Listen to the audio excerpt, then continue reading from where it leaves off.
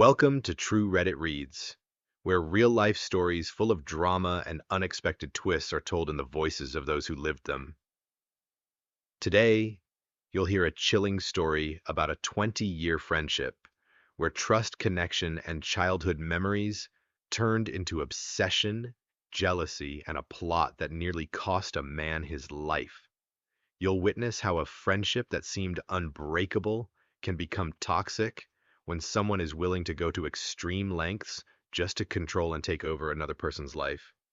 This is a story of betrayal, justice, and the power of truth, and I promise you won't be able to look away. Chapter 1: Childhood Friendship and the First Signs. Jenna and I had been best friends since kindergarten. She was an only child growing up in a small trailer with parents who worked long hours day and night at the hospital, often eating dinner alone, crying herself, to the point of vomiting many nights. She had always lacked attention and a sense of protection. But the day we met, everything changed. Jenna grabbed my hand during recess and said, "We'll be best friends forever." I laughed, completely believing her. Both of us were happy, praised by everyone around us for being so cute. 20 years passed and we remained close. In fact, just last week, she threw a surprise engagement party for me wearing a t-shirt with my picture and the words, "Best Friend Since 1999" in sparkly pink glitter. My mom even said, "I'm so glad you have Jenna." Friends like her are rare. I hugged her tightly, thinking our friendship would never change. She whispered, "Nothing will ever change between us, right, Sarah?" "Promise me." I promised.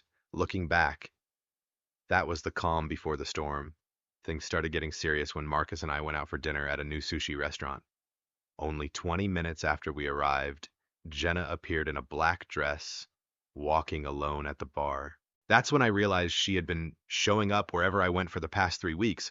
I had received AirTag notifications moving with me and kept thinking it was a technical glitch.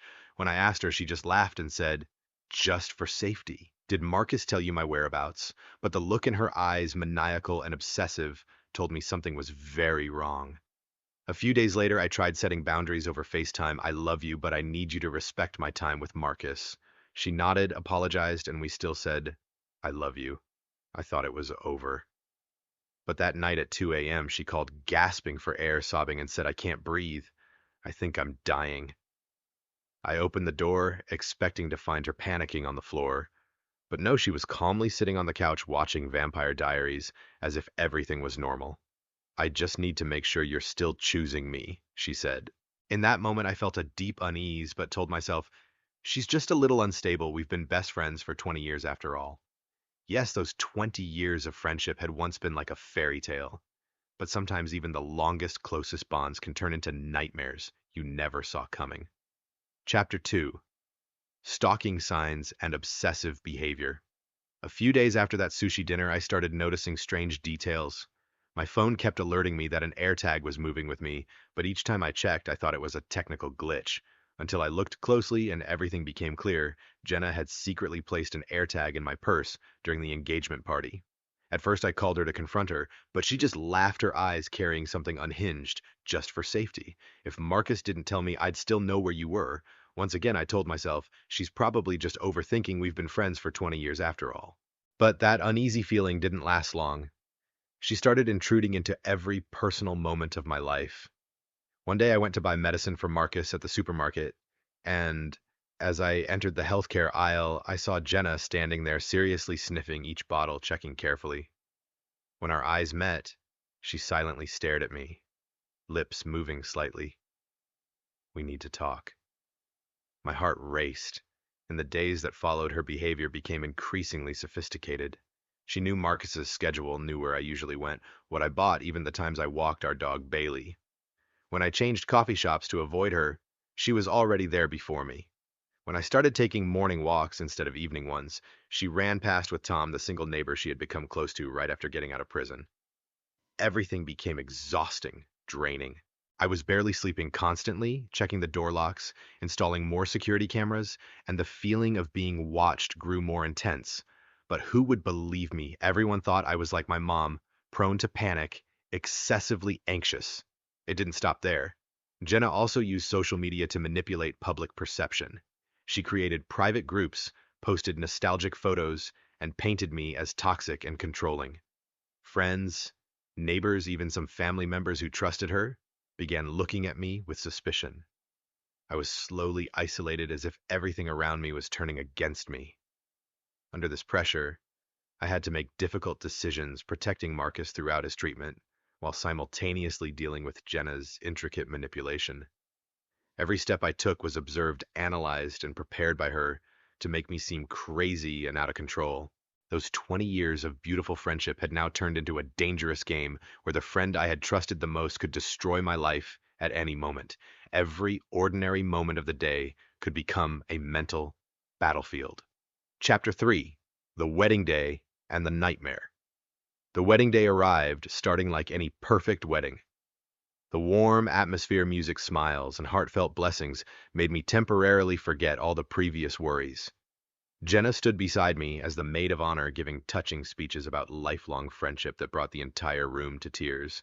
I smiled, hugged her, believing that this friendship was still intact, unaware that in just a few hours everything would be completely turned upside down. As the ceremony continued, Jenna kept a close eye on Marcus, constantly bringing drinks to his table. Each glass, each gesture seemed caring, but her eyes held something unusual. I noticed she always appeared from the bathroom side, not from the bar. But I was too busy greeting guests, taking photos, and keeping an eye on the wedding flowers to focus.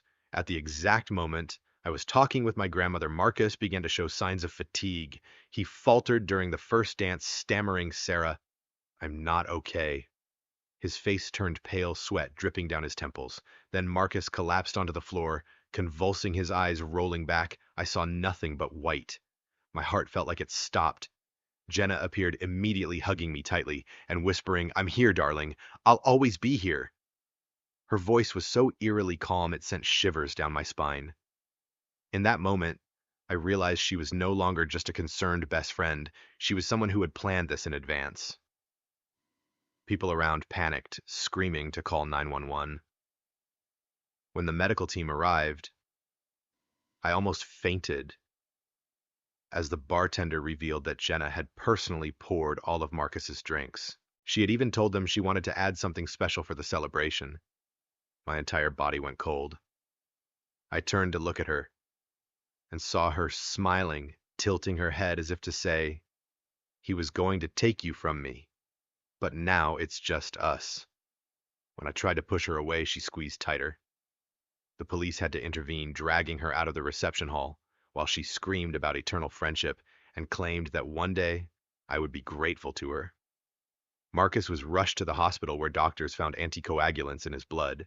He was lucky to survive, but his kidneys were severely damaged, requiring dialysis 3 times a week for life.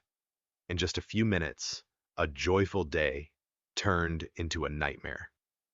Jenna, my best friend of 20 years, had now become the destroyer of both my happiness and Marcus's health.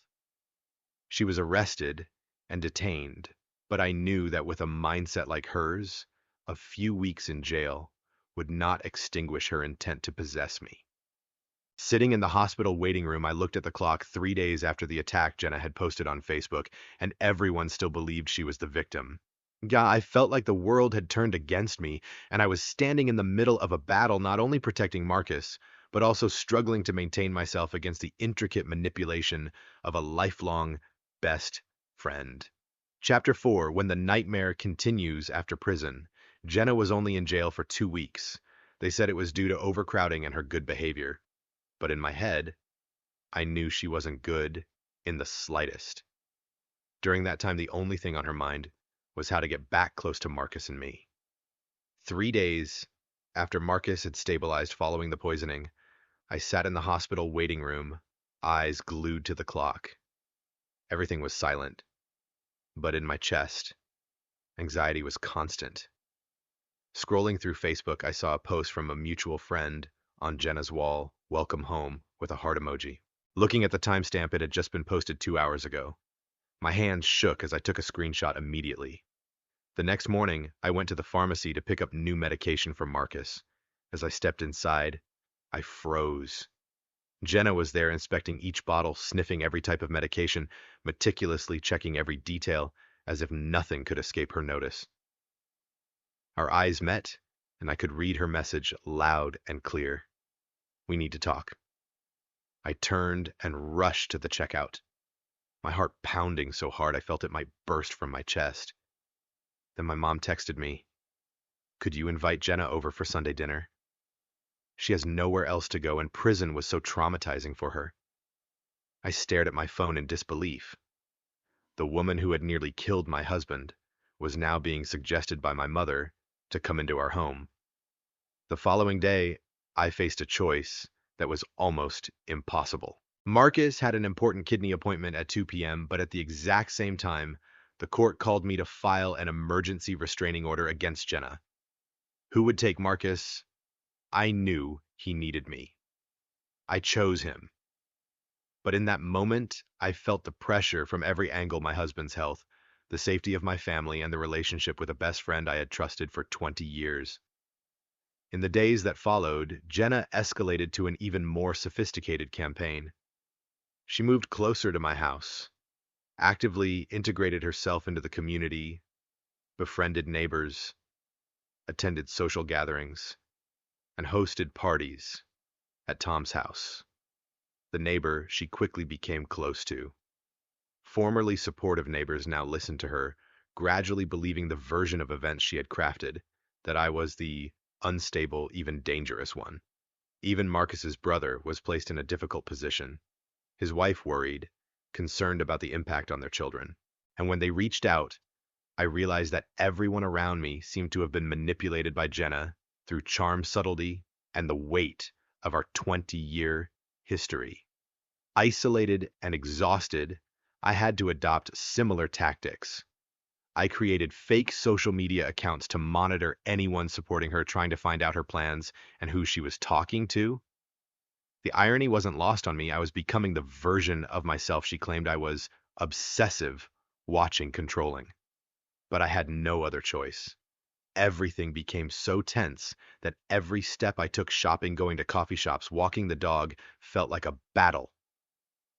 Jenna appeared everywhere before I did, creating the sense that I was the one following her.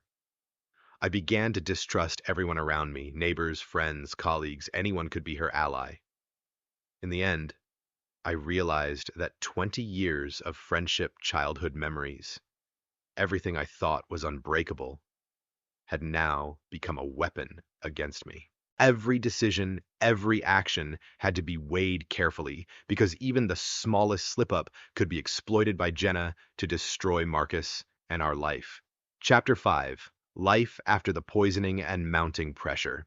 After Marcus had somewhat stabilized but still needed dialysis 3 times a week, our lives were completely turned upside down. Every morning, I woke up to a rigid routine: medications, hospital visits, tracking every health metric for Marcus, and even checking for signs of harassment from Jenna. Medical bills started piling up. Hospital invoices, medications, transportation costs, they all skyrocketed.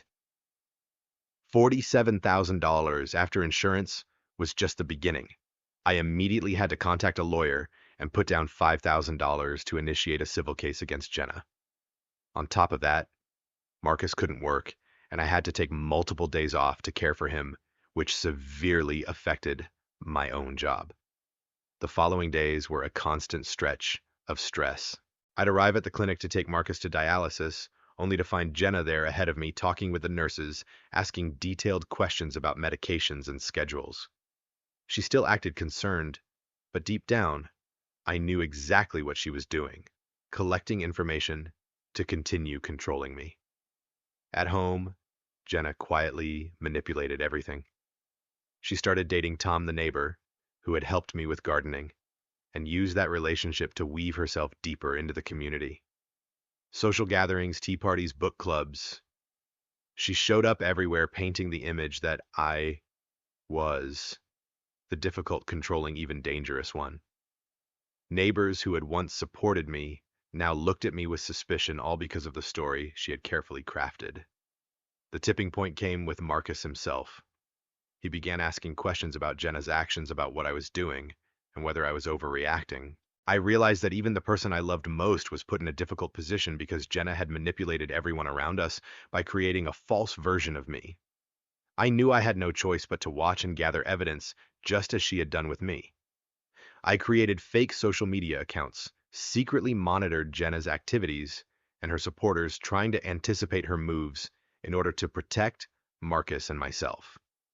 Every trip to the store, every coffee outing, every walk with Bailey became a tactical mission, constantly scanning for her presence. The stress and exhaustion slowly eroded both my body and my spirit. And the worst part, every action I took was twisted into proof that I was obsessive, controlling, and dangerous. Social media had become a battlefield where she painted me as obsessed and unstable, making friends, colleagues, and even neighbors question me. 20 years of friendship had turned into a psychological war. Every step, every decision, every word had to be measured carefully. One small misstep could be exploited by Jenna to destroy both Marcus's life and my own. In this context, I began to realize that this battle wasn't just about protecting myself and Marcus, it was about protecting everything I had built: my career, my family, and my dignity. Each passing day brought mounting pressure, but I knew I had to stay calm, collect evidence, and prepare for the legal battle looming ahead. Jenna and the psychological war. After a few weeks, I realized that Jenna was no longer just targeting Marcus and me. She had started using the people around us like pawns: neighbors, friends, co-workers, even Marcus's family. Every move I made, every word I spoke was being watched and twisted into a weapon she could use to paint me as obsessive, controlling, and dangerous. In the neighborhood, Jenna moved with precision. She chatted with neighbors, casually sharing her concerns about Marcus's health and about how I supposedly acted overly cautious, stressed, and preventing her from being around him. Those neighbors who had once been friendly now looked at me with suspicion.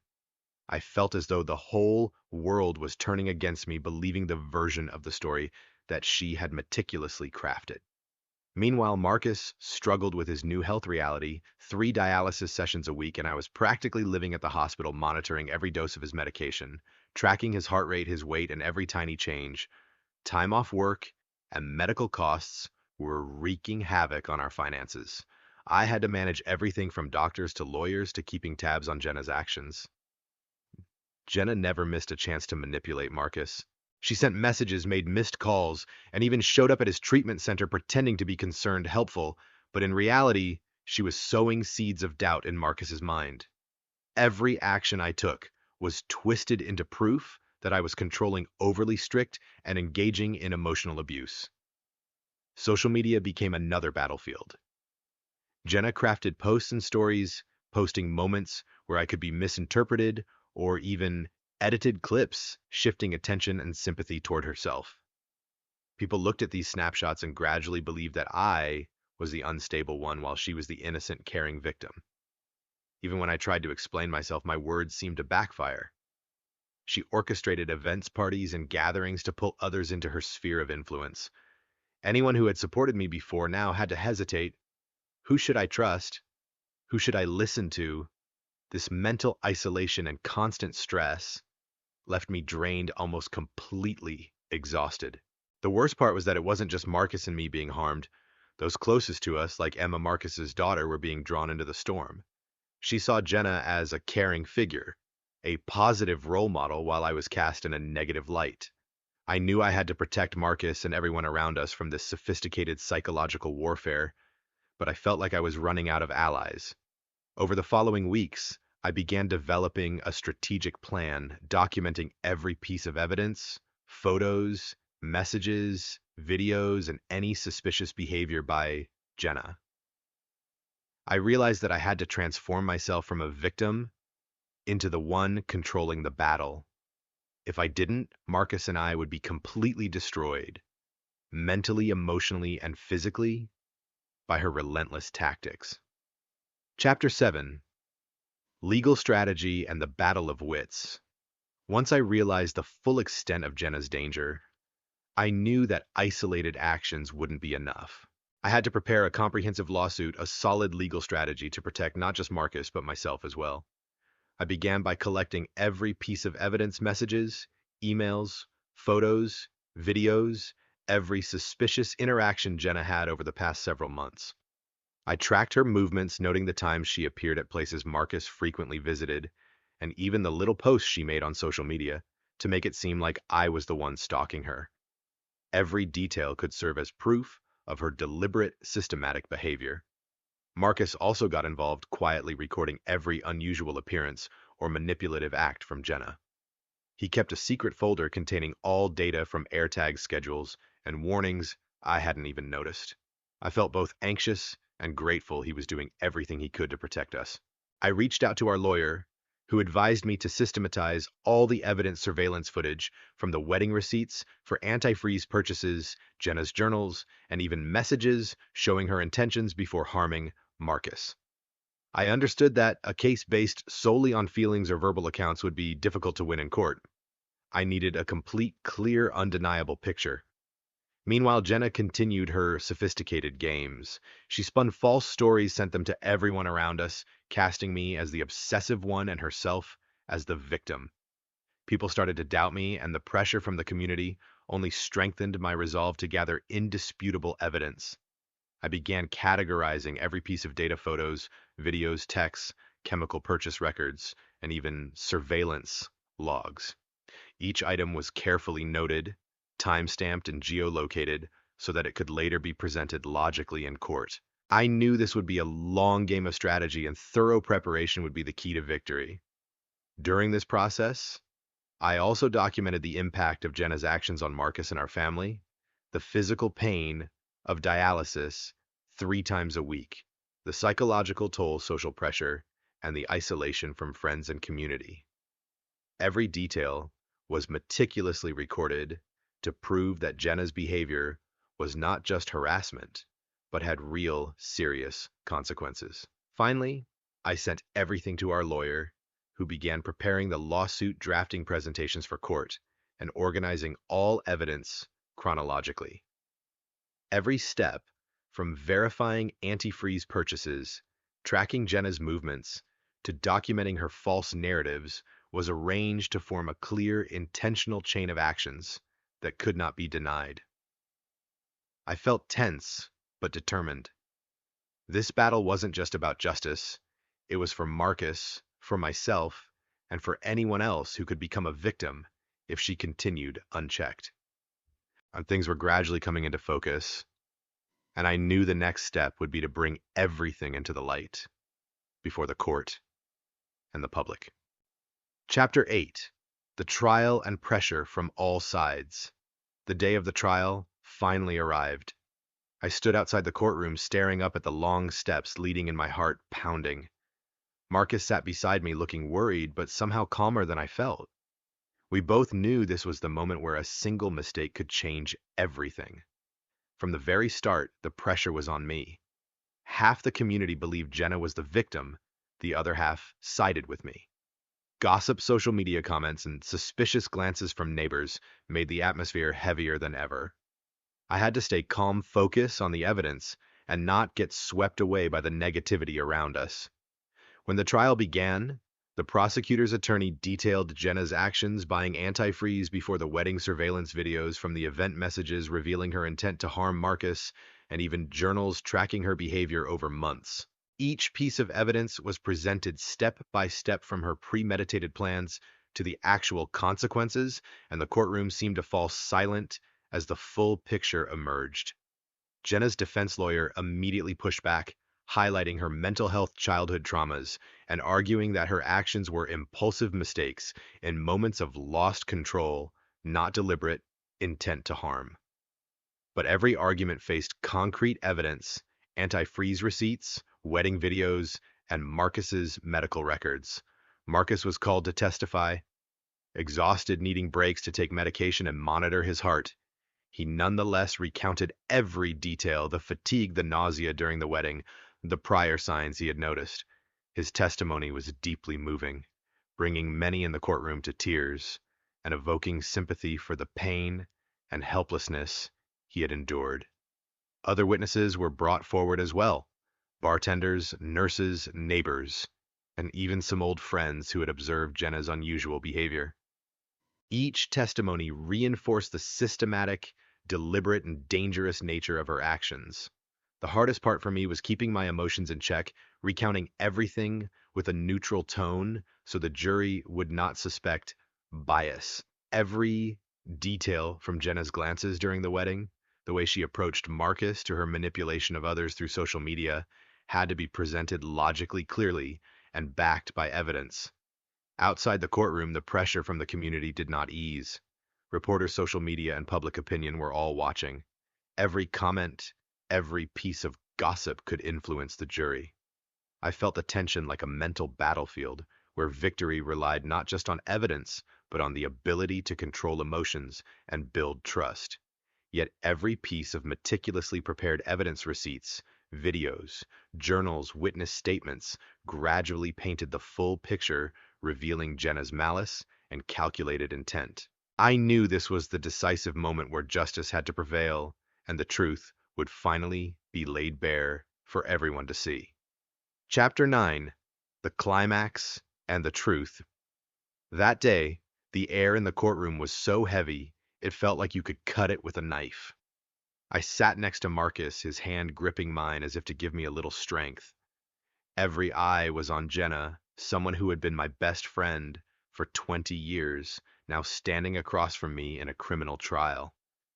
The prosecutor's attorney began by showing surveillance footage from the wedding, frame by frame: Jenna approaching the bar, pouring drinks, then taking Marcus's cup of alcohol into the restroom. Every detail was explained, every second contextualized as part of a deliberate act, leaving the jury unable to look away. Marcus was called to testify as the key witness. Despite his weakened health, he courageously recounted everything: the strange signs, dizziness, nausea, and ultimately the seizure at the wedding. His voice trembled but remained honest, and many in the courtroom fell silent, moved by the pain we had endured. I could feel justice beginning to lean in our favor. When it came time for cross-examination, Jenna had to explain her actions. She cried, insisting she only wanted to protect our friendship and had no intention of harming Marcus. But the physical evidence, receipts for antifreeze journals recording premeditated intent, and the relentless testimonies from witnesses painted an undeniable picture of calculated malice. One moment made my throat tighten. Jenna looked at me, her eyes a mix of regret and blank confusion. 20 years of friendship had turned into pain, betrayal, and a crime that could not be forgiven. She could no longer justify what she had done, and everyone could see the cruelty in actions I had once thought were harmless acts from the friend I had loved.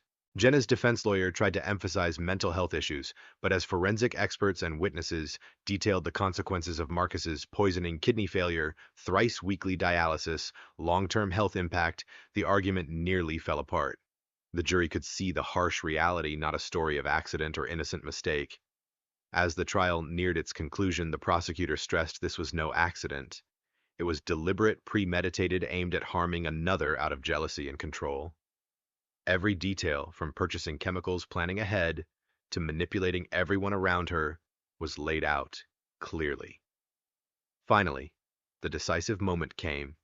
The jury retired to deliberate. I sat there, heart pounding. Marcus still holding my hand, both of us knowing that one verdict would change everything: bring justice or prolong our suffering. When they returned, each word was read aloud. Jenna was found guilty of attempted murder, use of a chemical weapon, and causing serious bodily harm. She collapsed, tears streaming down her face, while family and friends sat stunned, unable to believe what had happened. Part of me wanted to breathe a sigh of relief, but another part grieved for the 20-year friendship that had been destroyed. The court ordered her to be imprisoned, mandated psychiatric treatment, and prohibited from contacting Marcus or me for 15 years after her release. Marcus and I looked at each other, knowing justice had been served, but the wounds would last a lifetime. In that moment, I realized that truth and justice can be brutal, but they are the only path to protect what truly matters, our health, safety, and the love between Marcus and me. Life would never be the same again, but at least now we could begin to heal and rebuild from the ruins. Chapter 10: Recovery and Starting Over. After the trial, I felt a strange mix of relief and emptiness. Justice had been served. Jenna was convicted, but the physical and emotional wounds remained. Marcus had to undergo dialysis 3 times a week, and we had to learn how to restructure our lives around these strict treatment schedules. In the first few weeks after she was imprisoned, I watched Marcus endure the pain, yet still smile when I held his hand. We learned to cherish every quiet moment, every breath free from fear, every morning waking up without checking where Jenna might be. We began rebuilding our life, from a small apartment near the dialysis center to new routines that protected our health and finances. Everything was simpler than before, yet it truly belonged to us now, free from control or outside pressure. Marcus and I spent more time listening to each other, sharing fears and traumas we had once hidden away. I realized that love and trust are built through the greatest challenges, and we had faced that trial together. Meanwhile, our community gradually came to understand the truth. People Jenna had manipulated began to see the cruelty and calculation in her actions.